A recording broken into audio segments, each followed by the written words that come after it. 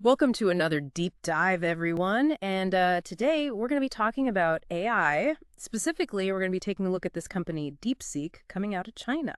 Yeah, they're really making waves. I mean, DeepSeek's models been turning heads.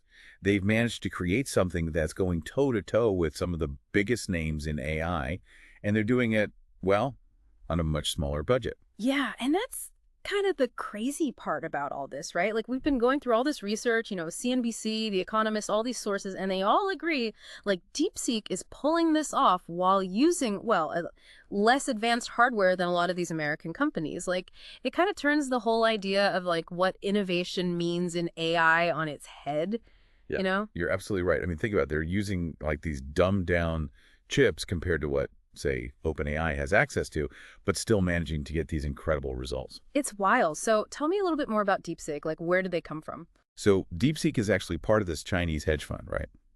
And what they've done is incredible. They built this seriously powerful AI model, and it only cost them, get this, somewhere between $6 and $60 million.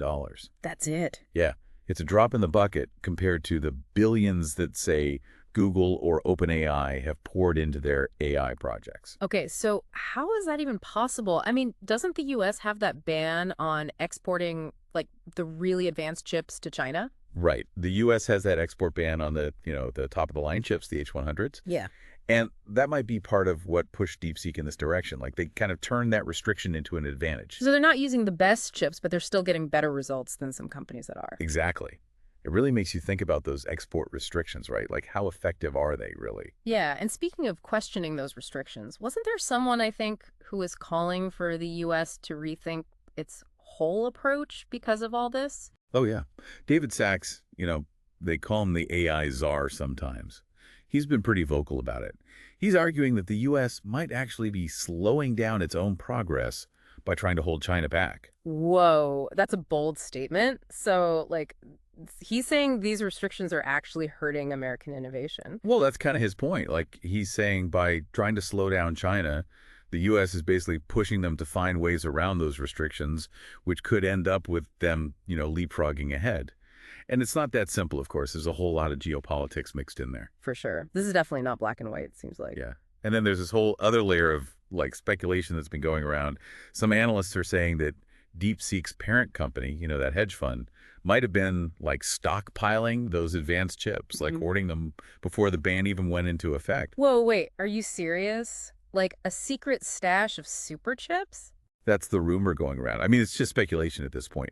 But it really kind of highlights how much strategizing and, like, behind-the-scenes maneuvering is happening in this whole AI race.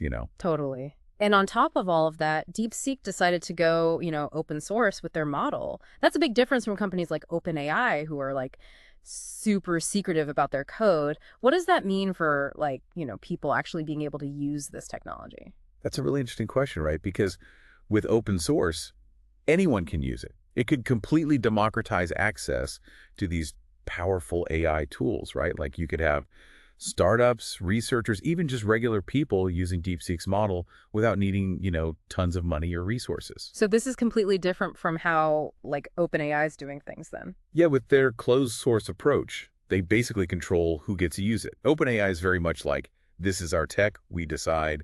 But with DeepSeek, it's more like, here you go, world, have fun. I mean, that has the potential to be really huge, right? Like, could this lead to a whole bunch of companies switching over to open source? Well, Deirdre Bosa from CNBC, she brought up a really interesting point. She was saying that Meta, who's already a big fan of open source, might be trying to, like, quickly learn as much as they can from DeepSeek's model, like reverse engineer it almost. Wow. So this could spark a whole new, like, race in open source AI development. Yeah, it's entirely possible. If that happens, I mean, it could completely change the game. And it all started with this company no one really saw coming. It sounds like DeepSeek's really turning the whole AI world upside down. Oh, yeah. They're definitely shaking things up. And it's not just about their model either. Yeah. It's about, like, a bigger shift that's happening in the whole AI industry. Yeah. And DeepSeek is kind of right at the heart of it. Okay, so you're talking about that whole, like, stock market thing, right? Like, how NVIDIA's stock price has been plummeting. Yeah. The Economist had this whole analysis about it. I mean, Wall Street is kind of freaking out over all this. Basically, it all comes down to this transition from what they call the training phase to the inferencing phase in AI. Okay, so like, what does that even mean? Okay, so imagine it like teaching a kid to read, right? Training an AI model is kind of like that. It takes like tons of effort, huge amounts of data, crazy powerful processors.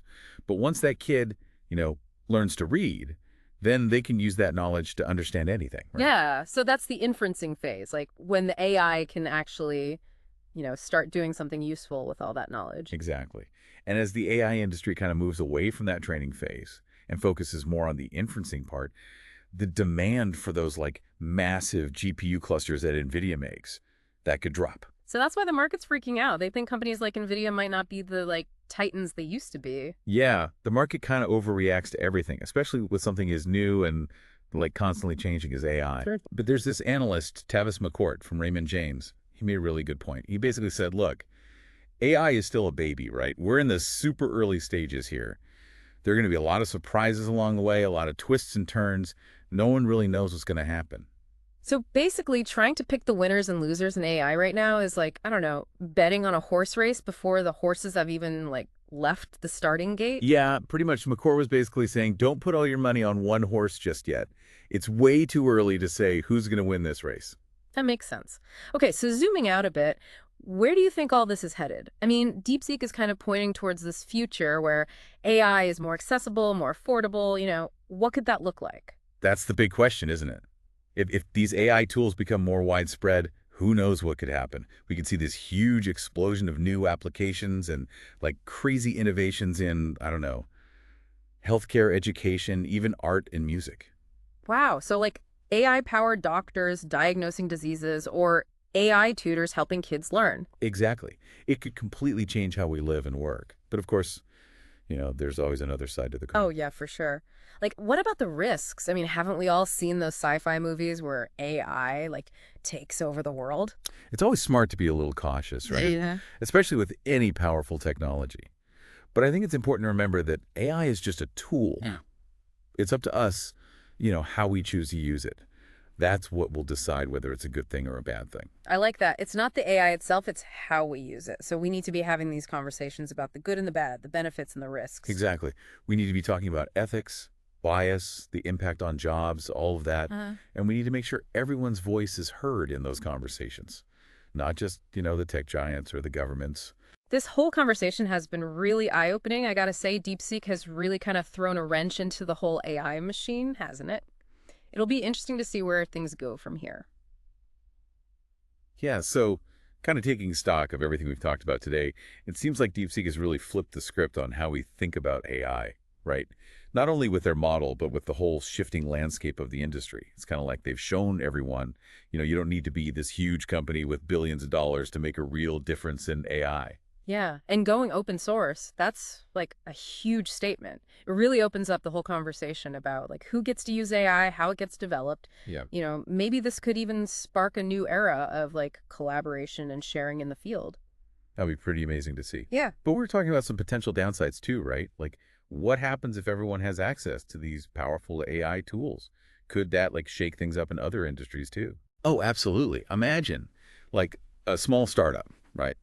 They have this great idea, but they don't have a ton of money. Suddenly they have access to AI tools that were like only available to the Googles and Microsofts of the world before.